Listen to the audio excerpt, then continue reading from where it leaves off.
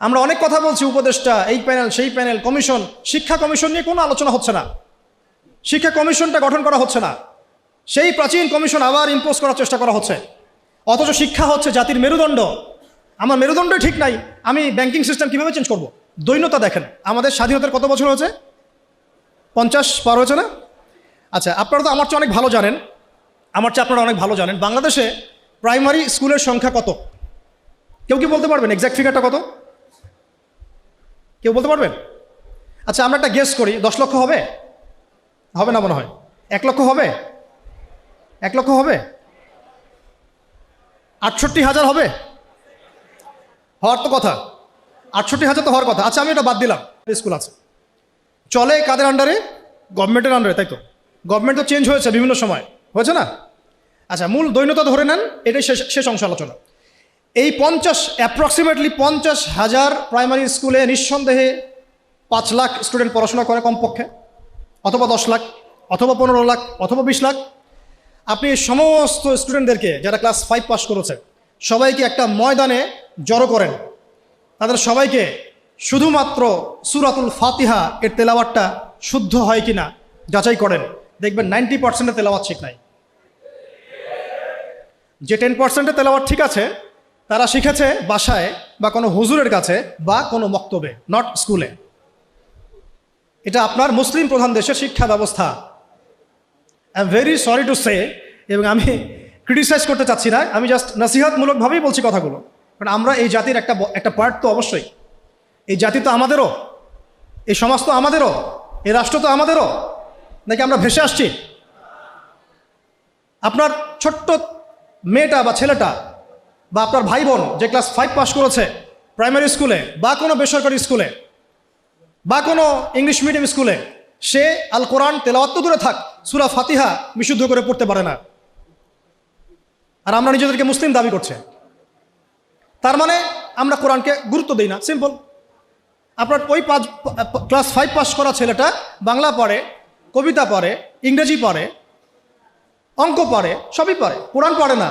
তার মানে আপনি কোরআনকে গুরুত্ব দেন না, সিম্পল। কোরআন আপনার কাছে 4th সাবজেক্ট, আমার কাছে 4th সাবজেক্ট। মুসলিম প্রধান দেশের শিক্ষা সিস্টেম। আমরা অনেক কথা বলছি, উপদেষ্টা, এই প্যানেল, সেই প্যানেল, কমিশন। শিক্ষা কমিশন নিয়ে কোনো আলোচনা হচ্ছে না। শিক্ষা কমিশনটা গঠন করা হচ্ছে না। সেই প্রাচীন কমিশন আবার ইম্পোজ করার চেষ্টা করা হচ্ছে। অথচ শিক্ষা হচ্ছে জাতির মেরুদণ্ড। আমার মেরুদণ্ডই ঠিক নাই, আমি ব্যাংকিং সিস্টেম কীভাবে চেঞ্জ করব? খালি মদের বোতল চেঞ্জ করলে হবে? নাকি নতুন বোতলে পুরাতন মদ খাওয়াতে চাচ্ছেন? কোনটা? এটাই তো। মদের বোতল চেঞ্জ করলে হবে? আমরা কি নতুন কোনো বোতলে সেই পুরাতন মদ খেতে চাই? এবার আসেন, এই 50,000 প্রতিষ্ঠানের স্টুডেন্টদের কথা বাদ দেন, তাদেরকে যারা পড়ায় সেই সমস্ত শিক্ষকদেরকে একটা জায়গায় বসান।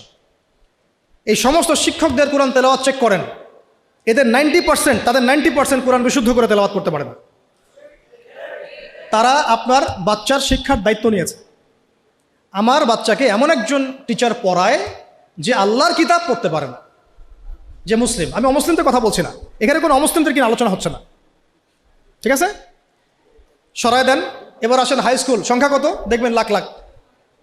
হাই স্কুলের সব স্টুডেন্টদেরকে বসান, একজন একজন করে চেক করেন, দেখবেন এদের মধ্যেও মিনিমাম 80% কোরআন তেলাওয়াত করতে পারে না। তার হাই স্কুলে পড়াশোনা করেছে 8 থেকে 10 বছর। 8 থেকে 10 বছর, প্রায় লক্ষ লক্ষ টাকা খরচ করা হয়েছে, সময় দিয়েছে, তারা পরিশ্রম করেছে, পরীক্ষার পর পরীক্ষা, এক সেমিস্টার আরেক সেমিস্টার, এক টার্ম আরেক টার্ম, কোচিং, প্রাইভেট, অ্যাসাইনমেন্ট, এইটা সেইটা, কোরআন তেলাওয়াত করতে পারে না। আর আমরা আইয়ামে জাহিলিয়াতকে চেঞ্জ করতে চাচ্ছি, অথচ আমি দেখালাম চেঞ্জটা হয়েছে ইকরা বিসমি রাব্বিকাল্লাযী খলাক দিয়ে। জার্নি এখান থেকে শুরু হয়েছিল। এমন কোনো সাহাবী আপনি খুঁজে পাবেন না যিনি কোরআন তেলাওয়াত করতে পারেন না। এমন কোনো সাহাবী আপনি পাবেন না যিনি কোরআনের অর্থ বুঝেন না। এমন কোনো সাহাবী পাবেন না যিনি কোরআনের আদেশ নিষেধ মানেন না, দাওয়াতের কাজ করেন না।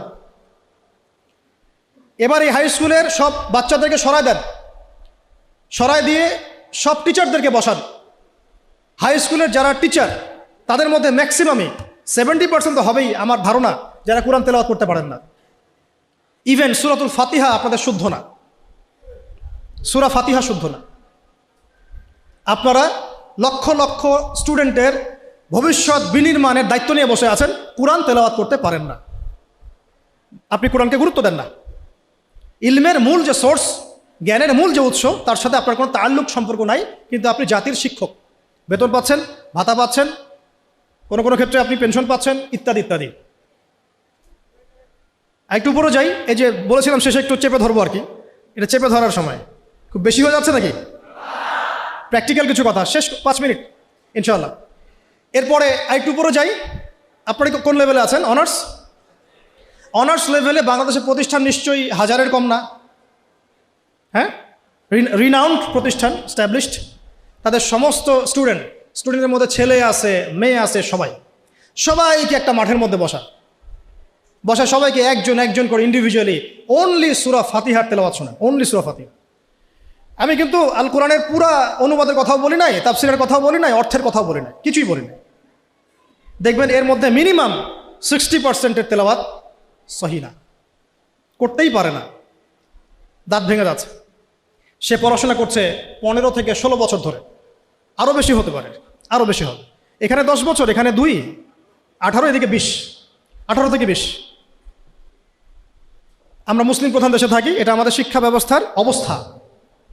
এবং আমরা আবার মানে চাইও যে আল্লাহর জমিনে দিন কায়েম হোক। আমরাই আবার চাই যে আল্লাহর জমিনে দিনটা কায়েম হোক।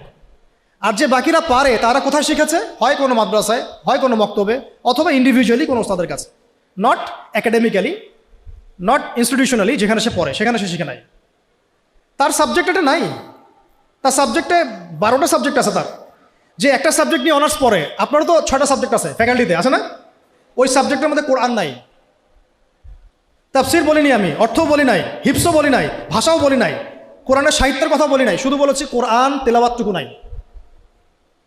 আপনারা কি দাবি করেন যে আপনারা মুসলিম প্রধান দেশে থাকেন? এটা একটা চরম সেকুলার স্টেট, এটা ইসলামিক স্টেট নয়, এটা একটা চরম রকমের সেকুলার স্টেট, যেখানে নামাজ, রোজা, হজ, জাকাত, তসবিহ, তাহলিলের মধ্যে ইসলামকে সম্বন্ধ করা হয়েছে।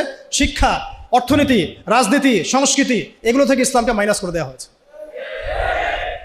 এটাই জাতির সবচেয়ে বড় দুঃখ, সবচেয়ে বড় দুর্দশা। আল্লাহ পাক আমাদেরকে বোঝার তৌফিক দান করেন। এবার এই সমস্ত অনার্স পড়ুয়া ভাইদের, বোনদের, টিচারদেরকে আমরা বসাতে চাই একটা জায়গায়। এটা কল্পনা করছি আর কি, আমরা অঙ্ক করি মনে মনে, বসান একজন একজন করে, আপনি চেক করেন। তারা বাংলায় পারদর্শী থাকবে, সাধারণ জ্ঞান তারা জানবে, সাম্প্রতিক বিশ্ব তাদের মুখস্থ থাকবে, তারা কেউ কেউ বিসিএস ক্যাডার হবেন, আরও বড় হতে পারেন, ইংরেজি একদম ফ্লুয়েন্টলি বলে দিবেন, আমি যে লেকচার দিলাম সেটা ইংরেজিতে অনুবাদও করতে পারবেন, এবং রাষ্ট্রীয় বড় বড় দায়িত্বে তারা থাকবেন, বেতন পাবেন, ভাতা পাবেন, বাড়ি গাড়ি পাবেন। বাট আপনারা অন্তত 50% তাদের কোরআন তেলাওয়াত করতে পারেন না। আপনারা লক্ষ লক্ষ তরুণ প্রজন্মের মেরুদণ্ড গড়ার কারিগরের দায়িত্ব নিয়েছেন কোরআন ছাড়াই, কোরআনের সাথে কোনো রকম সম্পর্ক ছাড়াই। হ্যাঁ, ওই বয়সে গিয়ে অনেকে হয়তো চিল্লা দিচ্ছেন, তাবলীগে সময় দিচ্ছেন, বা কোনো মসজিদে যাচ্ছেন, কোনো হুজুরকে ধরছেন, ধরে শিখছেন, তাদের সংখ্যা 0.111%, 0.0011%, খুবই কম। বেশিরভাগ তো বলছেন যে ফ্রি মিক্সিং থাকলে সমস্যা নাই, ক্লাসে এগুলো পড়ানোই যায়, ট্রান্সজেন্ডার এটা কোনো বিষয় না, হ্যাঁ রিবা এটা কোনো বিষয় না, এই যুগে কি ওইসব বিষয় চলে, এগুলো মৌলবাদী বিষয়, ইত্যাদি ইত্যাদি। আপনারা পশ্চিমাদের ভাষায় কথা বলছেন। এবার এই সব সরাই দেন, মাস্টার্সের ভাইদেরকে বসান, সেম অবস্থা, লম্বা করছে না, মাস্টার্সের টিচারদেরকে বসান, সেম অবস্থা। এখন বাইরে আছে আমাদের বেসরকারি ইংলিশ মিডিয়াম প্রতিষ্ঠানগুলো, তাদেরকে বসান, সেম অবস্থা। কিন্তু কোনো কোনো ক্ষেত্রে দেখা যায় তাদের মধ্য থেকে কোরআনের হাফেজ বের হয়েছে। এমনও ইংলিশ মিডিয়াম স্কুল আছে, আমি নিজেও একসময় কাজ করেছি, আমাদের পড়াশোনার ব্যাকগ্রাউন্ড তো এগুলোই ছিল আর কি। ওখানেও দেখতাম অনেক হাফেজ আছে, হচ্ছে, প্রাতিষ্ঠানিকভাবে হচ্ছে, অথবা বেসরকারিভাবে হচ্ছে, বা ব্যক্তিগত উদ্যোগে হচ্ছে। তো ইংলিশ মিডিয়াম প্রতিষ্ঠানগুলোকে বসান, সেম সেম অবস্থা দেখবেন। অন্যান্য সরকারি কারিকুলামের বাইরে যারা বেসরকারি স্কুল করেছেন তাদেরকে বসান, দেখবেন সেম অবস্থা। বেসরকারি স্কুল, বেসরকারি কলেজ, বেসরকারি ইউনিভার্সিটি, সেম অবস্থা। তাদের বড় বড় গর্জিয়াস প্রতিষ্ঠান আছে, বিশাল বিশাল ক্যাম্পাস, বিশাল বিশাল জমি, কোরআন নাই। ইল্লাল কোরআন, কুল্লু শাই মওজুদ, সব কিছু মওজুদ আছে, ইল্লাল কোরআন, কোরআন ছাড়া।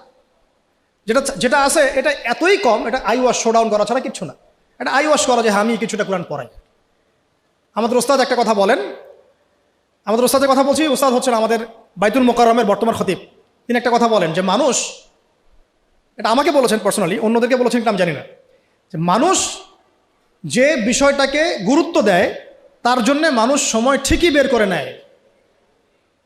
মানুষ যে বিষয়টাকে গুরুত্ব দেয় তার জন্য মানুষ সময় ঠিকই বের করে নেয়।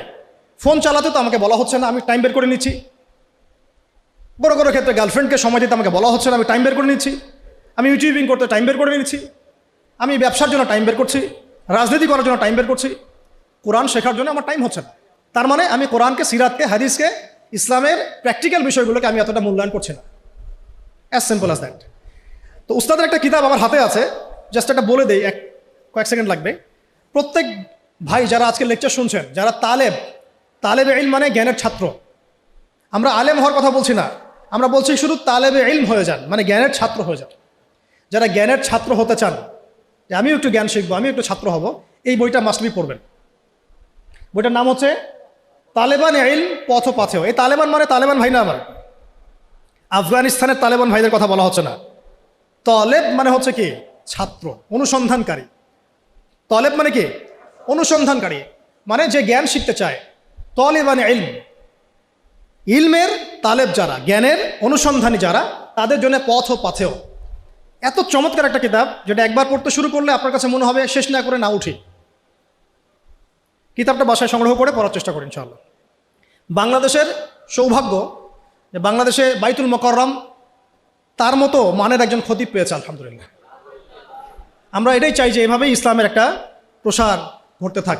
এতে করে আগামী 5 বছর 10 বছর পরে যে বাংলাদেশ আপনারা দেখবেন, সেটা দেখে অবশ্যই পশ্চিমারা আমাদের দিকে তেড়ে আসবে ইনশাআল্লাহ। আমরা চাচ্ছি আসুক ইনশাআল্লাহ।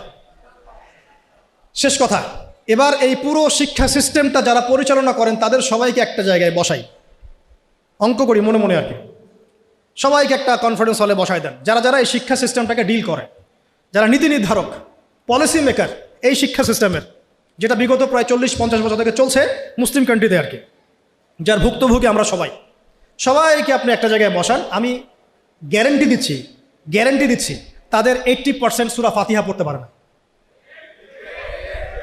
আরও বেশি হতে পারে। আমি কমায় বলছি, বাকি যারা পারে তারা ব্যক্তিগত উদ্যোগে শিখেছে। এবার আরেকটু উপরে যাই, এই শিক্ষা কমিশনটা যারা নিয়ন্ত্রণ করে, এই সমস্ত পার্লামেন্ট সদস্যদেরকে বসান, তারাই তো নিয়ন্ত্রণ করে, তাই তো? 360 জনকে বসান, স্পিকার সাহেব সহ। তাদের মধ্যে কেউ কেউ হয়তো সহিহ বুখারী পড়েছে বলে দাবি করে আর কি। তো যাই হোক, তাদেরকে বসান একটা জায়গায়। এটা আমি বিনয়ের সাথে বলছি, লজ্জার কিছু নাই এবং আঘাত করতে চাচ্ছি না। এটা তাদেরও তো পরকাল আছে না, আল্লাহর সাথে তো তাদেরও সাক্ষাৎ করতে হবে। যদি বলে আমাদেরকে কেউ দাওয়াত দেয় নাই, আমরা সেই জায়গা দিচ্ছি না, আমি দাওয়াত দিয়েছি আপনাকে, আমি আপনাকে দাওয়াত দিয়েছি, এটা আপনার দলিল, হুজ্জাত। এই 360 জনকে বসান, বসিয়ে আপনি তাদের সবার কোরআন তেলাওয়াতটা চেক করেন। আমি আপনাকে গ্যারান্টি দিচ্ছি তাদের 90% বিশুদ্ধ করে কোরআন তেলাওয়াত করতে পারেন। তারা পুরো রাষ্ট্রের শিক্ষা সিস্টেমটাকে নিয়ন্ত্রণ করছেন, পলিসি মেকারদেরও পলিসি মেকার, আরও বেশি হবে।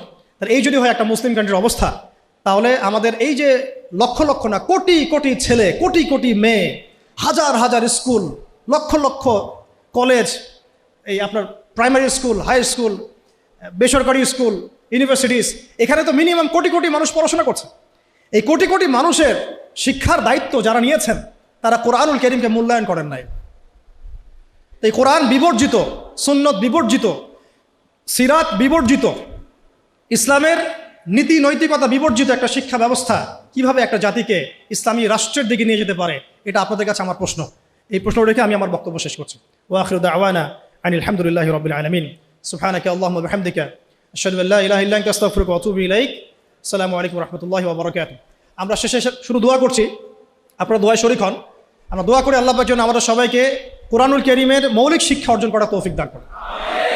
আমাদের মাথার উপরে এমন সব মানুষদেরকে আল্লাহ পাক নিয়ে আসেন যারা কোরআনের শিক্ষাকে মূল্যায়ন করবেন ইনশাআল্লাহ, যারা হাদিসের শিক্ষাকে মূল্যায়ন করবেন, নবীর সিরাতকে মূল্যায়ন করবেন।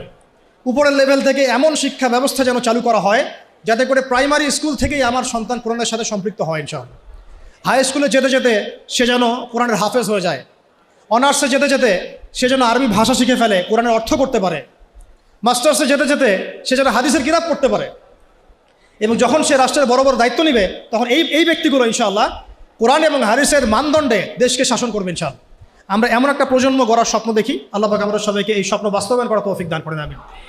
আজকের মতো এখানে শেষ করছি, ইনশাআল্লাহ আগামীতে আবার কখনো দেখা হলে আরও বিস্তারিত কথা বলবো ইনশাআল্লাহ। সুবহানাকা আল্লাহুম্মা ওয়া বিহামদিকা আশহাদু আল্লা ইলাহা ইল্লা আনতা আস্তাগফিরুকা ওয়া আতুবু ইলাইক। আসসালামু আলাইকুম ওয়া রাহমাতুল্লাহি ওয়া বারাকাতুহু।